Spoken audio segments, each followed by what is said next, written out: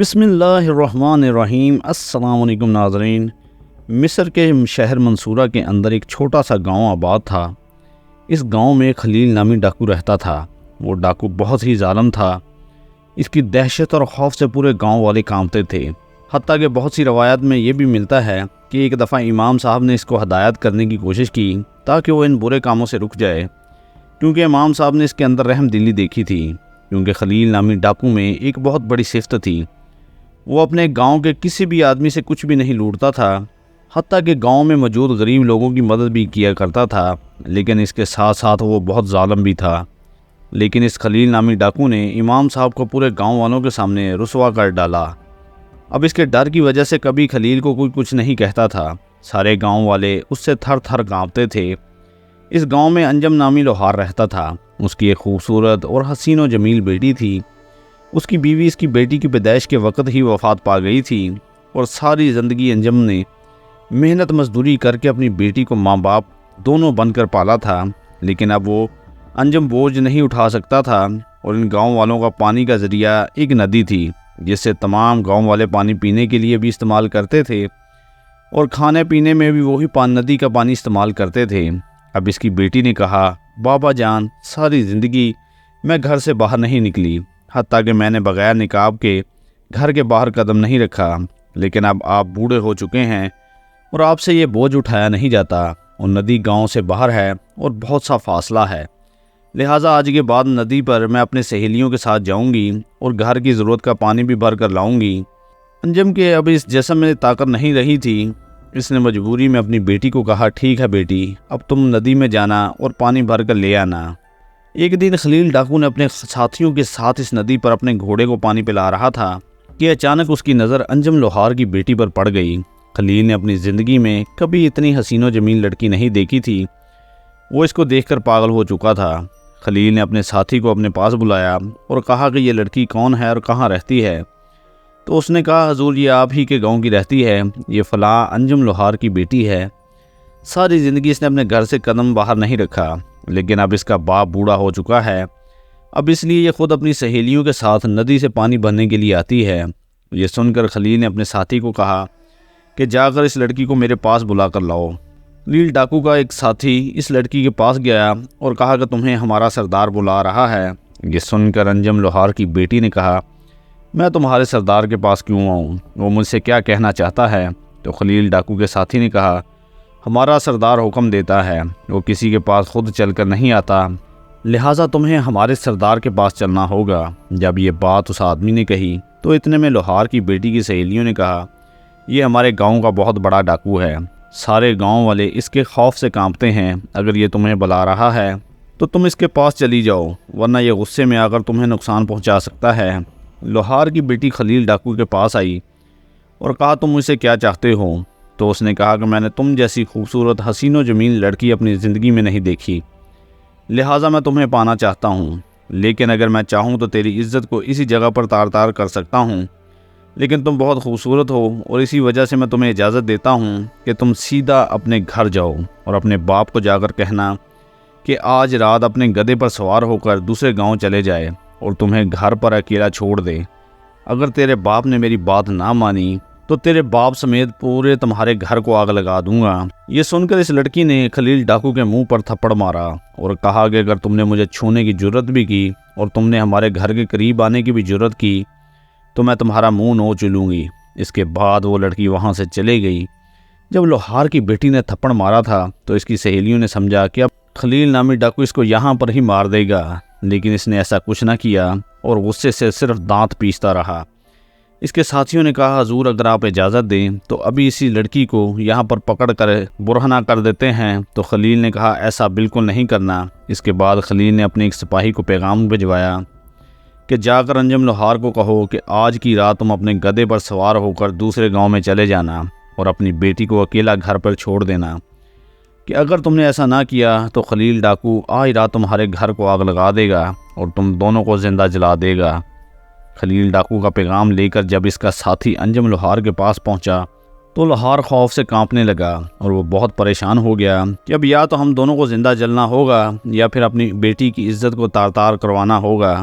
انجم لوہار اپنی بیٹی کے پاس گیا تو اس کی بیٹی نے کہا بابا جان آپ شام کو گدھے پر سوار ہو کر دوسرے گاؤں چلے جائیے، وہ میرا کچھ نہیں بگاڑ سکتا۔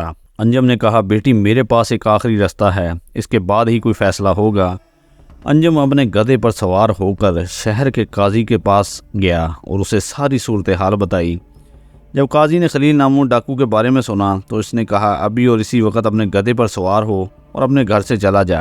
اگر خلیل کو یہ صرف پتہ چل گیا کہ تو میرے پاس مدد مانگنے کے لیے آیا ہے تو وہ میری بیٹی کو بھی اٹھا کر لے جائے گا اور میں کچھ نہیں کر پاؤں گا۔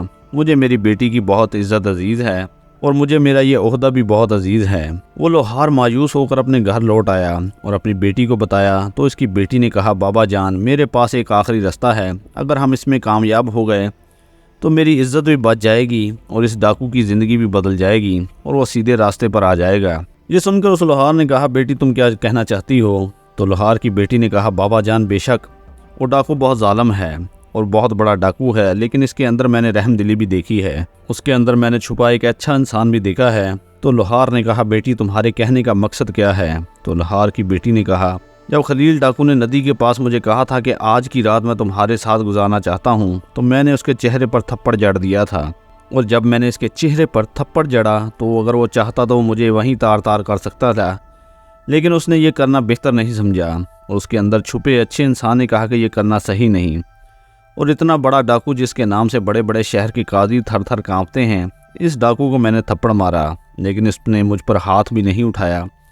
مجھے اس کی یہ ادا بہت پسند آ گئی۔ بابا جان میں چاہتی ہوں کہ میں خلیل ڈاکو کو سیدھے راستے پر لا کر اپنے مذہب کے مطابق اس کے ساتھ نکاح کروں، کیونکہ مجھے اس سے محبت ہو گئی ہے، لیکن اس کے لیے ہمارے پاس صرف ایک ہی راستہ ہے۔ انجم لوہار نے کہا بیٹی بتاؤ کون سا راستہ ہے؟ تو اس کی بیٹی نے کہا کہ بابا جان آپ ہمارے پڑوسی سے گھوڑا مانگ کر لائیے، ہمیں شام سے پہلے سلطان صلاح الدین ایوبی کے دربار میں پہنچنا ہوگا، اگر ہماری ملاقات سلطان سے ہو گئی تو میرا مقصد پورا ہو جائے گا۔ تو اس لوہار نے کہا بیٹی ہمیں سلطان کے دربار تک کون پہنچنے دے گا؟ تو اس کی بیٹی نے کہا کہ یہ میرا کام ہے، آپ گھوڑا مانگ کر لائیے۔ وہ لوہار اسی وقت دوڑتا ہوا گیا اور اپنے پڑوسی سے گھوڑا مانگ کر لے آیا۔ اس کی بیٹی اب گھوڑے پر سوار ہوئی اور سلطان صلاح الدین ایوبی رحمۃ اللہ علیہ کے دربار میں پہنچ گئی۔ سلطان صلاح الدین ایوبی عصر کی نماز پڑھ کر محل کے صحن میں داخل ہوئے تو اتنے میں دیکھتے ہیں کہ ایک خوبصورت اور حسین و جمیل لڑکی سامنے کھڑی ہے اور سپاہیوں کو کہہ رہی ہے کہ مجھے سلطان کے کمرے تک لے جاؤ۔ یہ منظر سلطان صلاح الدین ایوبی نے دیکھا تو سلطان نے حکم دیا کہ ابھی اور اسی وقت اس لڑکی کو میرے کمرے میں لے آؤ۔ جب اس لڑکی کو سلطان صلاح الدین ایوبی کے کمرے میں لایا گیا تو پھر اس لڑکی نے سلطان کو کہا کہ حضور میری ایک درخواست ہے کہ آپ اپنے قریبی سپاہیوں کو باہر بھیج دیں۔ سلطان بڑا حیران ہو گیا کہ آخر یہ لڑکی کیا کہنا چاہتی ہے۔ پھر سلطان نے اپنے سپاہیوں کو کہا کہ تم باہر چلے جاؤ۔ سپاہی باہر چلے گئے تو اس لڑکی نے سلطان صلاح الدین ایوبی رحمۃ اللہ علیہ کو کہا کہ حضور میں فلاں گاؤں سے آئی ہوں، میں انجم لوہار کی بیٹی ہوں، میرے بابا نے ساری زندگی مشکلات میں گزار دی اور مجھے عزت کے ساتھ بڑا کیا، لیکن آج رات اگر آپ نے ہماری مدد نہ کی تو خلیل نامی ڈاکو میری عزت کو تار تار کر دے گا۔ یہ سن کر سلطان صلاح الدین ایوبی طیش میں آ گئے اور کہا بتاؤ وہ کیا چاہتا ہے۔ اس لوہار کی بیٹی نے سلطان صلاح الدین ایوبی کو شروع سے لے کر آخر تک مکمل بات تفصیل سے بتائی۔ تو یہ سن کر سلطان صلاح الدین ایوبی نے کہا میں ابھی سپاہیوں کو حکم دیتا ہے وہ شام تک وہ خلیل نامی ڈاکو کو پکڑ کر میرے سامنے لے آئیں گے اور میں اس کا سر قلم کر دوں گا۔ تو یہ سن کر اس لڑکی نے کہا کہ حضور میں ایسا نہیں چاہتی۔ تو سلطان نے کہا جو ڈاکو تیری عزت کو لوٹنا چاہتا ہے تم اس کی جان بچانا چاہتی ہو، آخر بات کیا ہے؟ تو اس لڑکی نے کہا کہ سلطان معظم میں نے اس ڈاکو کے پیچھے ایک اچھا انسان بھی دیکھا ہے، میں چاہتی ہوں کوئی ایسی ترکیب نکالی جائے جس سے وہ خلیل نامی ڈاکو سیدھے راستے پر آ جائے اور میری عزت بھی بچ جائے۔ یہ سن کر سلطان صلاح الدین ایوبی بڑی سوچ میں پڑ گئے اور پریشانی کی حالت میں ادھر ادھر ٹہلنے لگے۔ تھوڑی دیر سوچنے کے بعد سلطان صلاح الدین ایوبی نے لوہار کی بیٹی کو کہا کہ تم اپنے گھر چلی جاؤ اور گھر جا کے تم اپنے بابا کو کہنا کہ وہ گھر سے جانے سے پہلے ایک کتا ایک بکرا ذبح کرے اور کتے کو ذبح کرنے کے بعد اس کا چمڑا دروازے پر رکھ دے اور آنے والے کو لگے کہ وہ کتا ذبح کیا گیا ہے۔ یہ سن کر انجم لوہار کی بیٹی نے کہا حضور آخر کتے اور بکرے کو ذبح کرنے کا مقصد کیا ہے؟ تو سلطان صلاح الدین ایوبی رحمۃ اللہ علیہ نے کہا کہ جب تمہارا بابا کتے کو ذبح کر کے اس کا گوشت نکال کر پھینک دے گا اور چمڑا دروازے پر رکھ دے گا اور بکرے کو ذبح کر کے اس کا گوشت تم پکا لینا، اور جب وہ خلیل نامی ڈاکو اندر داخل ہو تو تم اپنے سامنے وہ پکا ہوا بکرا رکھ دینا اور اس کو کھانے لگ جانا۔ جب خلیل نامی ڈاکو دروازے پر پڑا ہوا کتا دیکھے گا اور تمہیں گوشت کھاتا ہوا دیکھے گا تو وہ سمجھے گا کہ تم کتا کھا رہی ہو، اس کے بعد جو ہوگا دیکھا جائے گا۔ اس لوہار کی بیٹی بہت عقل مند تھی، وہ سلطان صلاح الدین ایوبی رحمۃ اللہ علیہ کی بات کا مقصد سمجھ چکی تھی۔ وہ اسی وقت اپنے گھوڑے پر سوار ہوئی اور جا کر اپنے باپ کو ساری بات تفصیل سے بتائی اور کہا بابا آپ نے ایسا ہی کرنا ہے۔ لوہار باہر گیا، کتا پکڑا، اس کو ذبح کیا، اس کا گوشت نکال کر باہر پھینک دیا اور اس کا چمڑا دروازے پر رکھ دیا۔ اب آنے والے کو ایسا لگ رہا تھا کہ جیسے کتے کو ذبح کر کے اس کا گوشت نکال لیا گیا ہے۔ اس کے بعد اس نے بکرا ذبح کیا اور اس کا سالن بنانے کے بعد اپنی بیٹی کے آگے رکھتے ہوئے وہ لوہار اپنے گدھے پر سوار ہوا اور اپنی بیٹی کی عزت کو اللہ کے حوالے کرتا ہوا چلا گیا۔ تھوڑی دیر گزری کہ خلیل ڈاکو کے گھوڑوں کی آواز آنے لگی اور اس کی بیٹی اب بکرے کا گوشت کھانے لگی۔ جیسے خلیل ڈاکو اندر داخل ہوا تو اس نے دروازے پر پڑا ہوا کتا دیکھا اور پھر لوہار کی بیٹی کو کھانا کھاتے ہوئے دیکھا تو اس نے نفرت میں کہا کہ یہ تم کیا کھا رہی ہو؟ تو لوہار کی بیٹی نے کہا کیوں کیا ہوا؟ تو اس نے پھر نفرت میں کہا بتاؤ یہ تم کیا کھا رہی ہو؟ تو انجم لوہار کی بیٹی نے کہا کہ تمہیں نظر نہیں آتا ہمارے پاس کھانے کے لیے کچھ نہیں تھا، میں نے کتا ذبح کیا اور اس کا پکا ہوا گوشت کھا رہی ہوں۔ جب یہ بات خلیل ڈاکو نے سنی تو وہ لوہار کی بیٹی سے دور کھڑا ہو گیا اور سخت نفرت کرنے لگا۔ اس کے بعد واپس جانے لگا تو اتنے میں پیچھے سے لوہار کی بیٹی نے آواز دی اور کہا خلیل کیا ہوا؟ تم واپس کیوں جا رہے ہو؟ جس لڑکی کو پانے کے لیے تم نے اتنا انتظار کیا اب خالی ہاتھ لوٹ کر کیوں جا رہے ہو؟ تو اس نے کہا جو لڑکی کتے کا گوشت کھا سکتی ہے میں اس کو چھونا بھی نہیں چاہتا، پانا تو دور کی بات ہے۔ تو یہ سن کر لوہار کی بیٹی مسکرانے لگی اور کہا ذرا اپنے بارے میں تو سوچو، میں تو صرف کتے کا گوشت کھایا ہے اور تم مجھے ہاتھ نہیں لگانا چاہتے۔ تم خود سوچو جب تم مرے ہوئے تو کیا ہمارا نبی تمہیں اپنے سینے سے لگائے گا جس نے اپنی زندگی میں کتنے لوگوں کو لوٹا، کتنوں کو قتل کیا، کتنوں کا خون بہایا؟ کیا تم جیسے انسان کو اللہ اپنے سامنے آنے دے گا؟ تمہارا اپنے بارے میں کیا خیال ہے؟ کیا اپنے بارے میں کبھی سوچا؟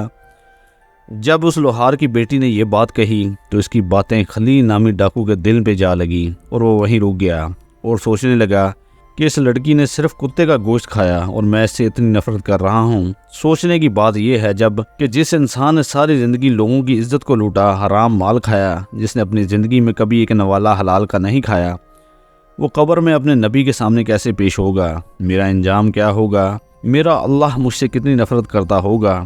یہی سوچ سوچ کر وہ اسی وقت زمین پر گرا اور اللہ سے معافی مانگنے لگا اور کہا ہے میرے مالک مجھ سے بہت بڑا گناہ ہو گیا، آج تک بڑے بڑے گناہ کرتا رہا لیکن مجھے پتہ ہی نہ چلا کہ آخر میں کس منزل کی طرف جا رہا ہوں۔ جب یہ منظر لوہار کی بیٹی نے دیکھا تو وہ مسکرانے لگی۔ تو خلیل نے کہا کہ تم کیوں مسکرا رہی ہو؟ تو اس نے کہا یہ تو جو تمہارے سامنے گوشت پڑا ہے یہ بہت قیمتی ہے۔ تو اس نے کہا کہ یہ کیسے قیمتی ہے؟ یہ تو کتے کا گوشت ہے۔ تو اس نے کہا کہ نہیں یہ بکرے کا گوشت ہے، صرف تمہیں سبق سکھانے کے لیے میں نے کتے کو ذبح کروایا۔